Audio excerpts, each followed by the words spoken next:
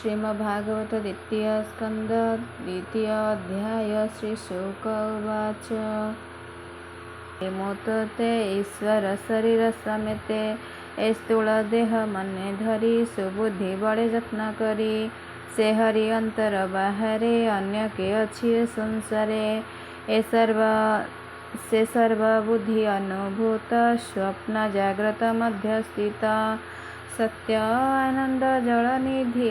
भक्तजनक सर्वसिद्धि jar तहु ए जगत आत्मार संगे उदयस्त एही प्रकारे पूर्व काले से आत्मजनी सयले आत्मस्मरण बुद्धि बले सर्जिला ए विश्वमंडले आत्मा को पाଳି पुणी हरे बोईत जन्हे बणी जारे शबदमय ब्रह्मपथ जे मार्गे जीव आत्मजात पड़ी भ्रमई अध ऊर्ध्वे किछि न लभे लाभ पदे बासनामय माया जाने न बुझी निरते भ्रमणे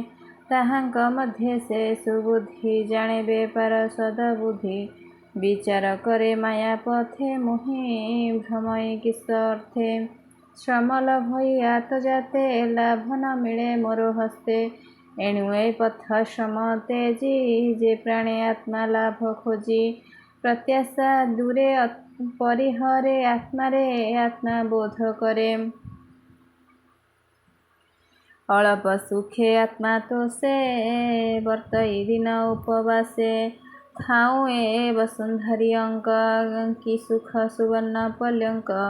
समर्थ भुज थाऊँ बामे की प्रयोजन उपाधाने जेबे बा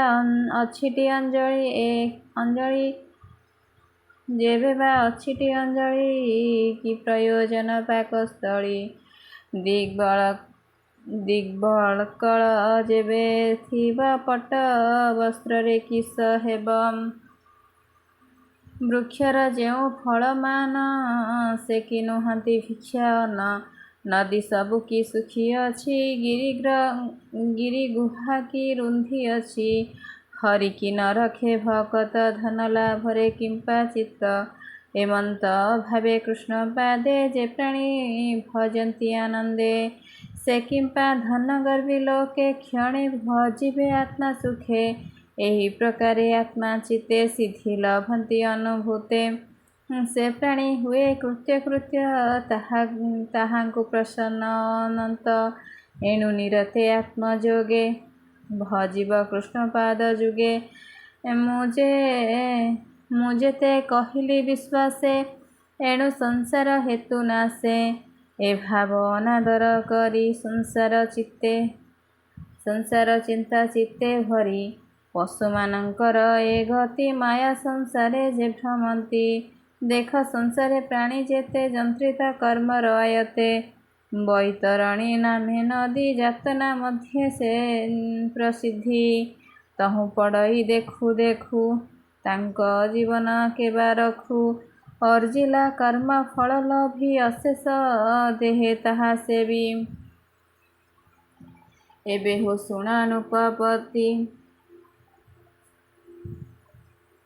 एबे हो शुणानुपमणि तेणु संसारे तरे प्राणी से अबाए नर शरीरे धारणा जोग निर्विकारे स्वदेहे हृदय प्रकाशे से हरि घोर तम नाशे प्रादेश मात्र रूप धरी विजय प्रभु नर हरि सूक्ष्म स्वरूप रूप तार शुण सनंदे कुरुवीर श्याम सुंदर भुजचारी शंख कमल चक्रधारी धारण जोगे हाचिंती निश्चल नयने देखंती प्रसन्न श्रीमुख मंडल लोचन पुंडरीक दल कदम्ब श्रीमुख मंडल लोचन पुंडरीक दल कदम्ब किंजलक सुरंग पीतवसने सहेअंग मूल्यहार वक्षस्थले रत्न केयूर बाहुमूले सुवर्ण किरीट कुंडल सुंदर अलका कपोल हृदय पद्म मध्ये स्मरी रूप चिंते ब्रह्मचारी शिवस्य कौस्तुभमणि सुवर्णा सूत्रे सुखंजनी आजानुलम्बे वनमाणि कन्दु वेष्टित वक्षस्थल रत्नमेखला कटी माझे अंगुळे मुद्रिका विराजे अंगरनूपुर कंकण विविध्यंग आभरण कमल पुष्पशिरे सोहे नीलकुन्तल जनमोहे सुंदर हसित वदन अंजने विराजे नयन भ्रुभंग अनुग्रह मुख भ्रुकुटी कुटिल सुरेख एमंते ईश्वर देहे चित्ते चिंतिब माया मोहे जावत धारणार बळे मन न रहे सुनिश्चले एमंत एक एक अंगे नित्ये भाविब बुद्धि जोगे हास्य वदनो पाद जाए भाविब विष्णु स्थूल देहे स्थान को स्थान ध्यान करी भितरे पशिब प्रसारी जावत बुद्धि ए शरीरे परम सुधन विचारे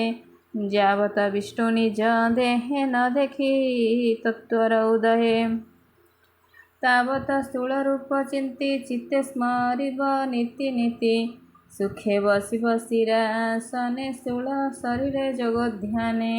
एमंते करिब धारण जावत न घटे मरण पवित्र पुण्य तीर्थ काले मनन करिब चंचले जग धारणे पंचप्राण साधिब समाधि धारण आसन प्रत्याहार बळे मन को स्थापिब निश्चले मन सहित इंद्रिगण निर्मल बुद्धि संयम से बुद्ध क्षेत्रज्ञ प्रमाणी आत्मारे क्षेत्रज्ञ को जानी आत्मारे आत्मा को निरोधी एमंत जन सुबुद्धि आत्मार लाभ लभे हेळे कर्म छाड़िबु तेते बेळे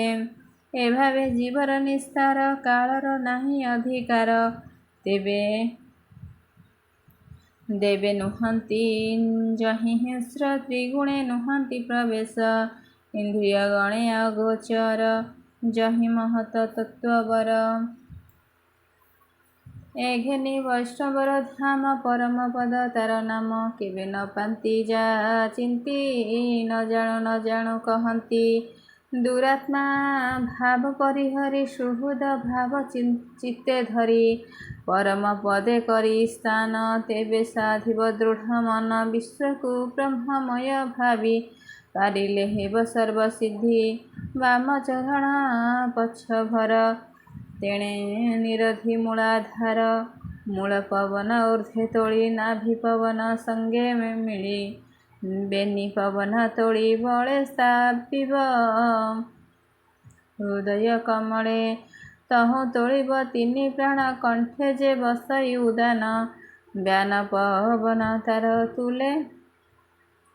धरी स्थापिब ताकु मूले तहु कुंभक साधि करी प्राण को भूमंडले धरी निरोध करी स्वाहा द्वार स्मरण करिब ओंकार नियत थाई जोग बंधे तेबे स्थापिब ब्रह्मरंध्रे निश्चल जोगे दृढ़े साधि तक्षणे ब्रह्मरंध्रे भेदी परम पदे तार गति ब्रह्मार ब्रह्मलोके स्थिति गुण समूह अष्टनिधि जेणु बांछई मन सिद्धि मन इंद्रिय गण मेले तक्षणे ब्रह्मलोक मेले जोगेश्वरंकर ए गति परमा पुरुषे बोलंती एमंते तिनि लोक जिणी शुण कहिबा परिमाणी जे कर्म साधे कर्म कांडे जे से काहि लभे ऊर्ध्व दांडे केवल लभिब कर्म भागे समाधि विद्या तप जोगे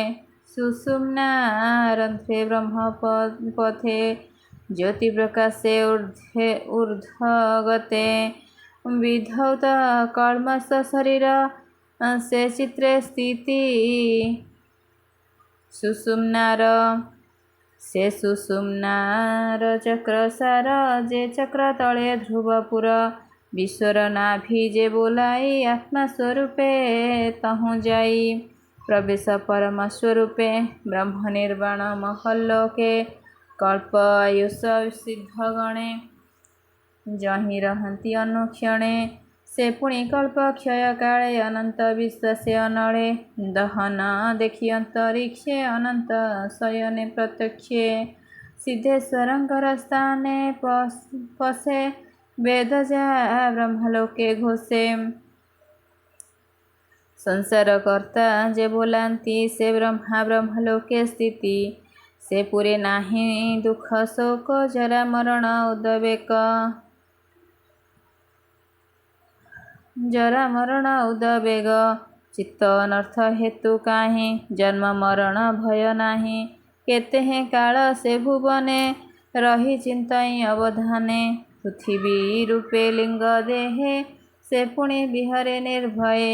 पृथ्वी रूपे जले जाई से इष्ट भोगता भुंजई अनल समतहु स्थिति ज्योति स्वरूप प्राण चिंती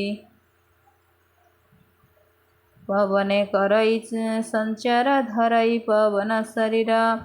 से वायु काले नभे पुरे से जीवलिंग रूप हरे गंध कल्पई घ्राण मात्रे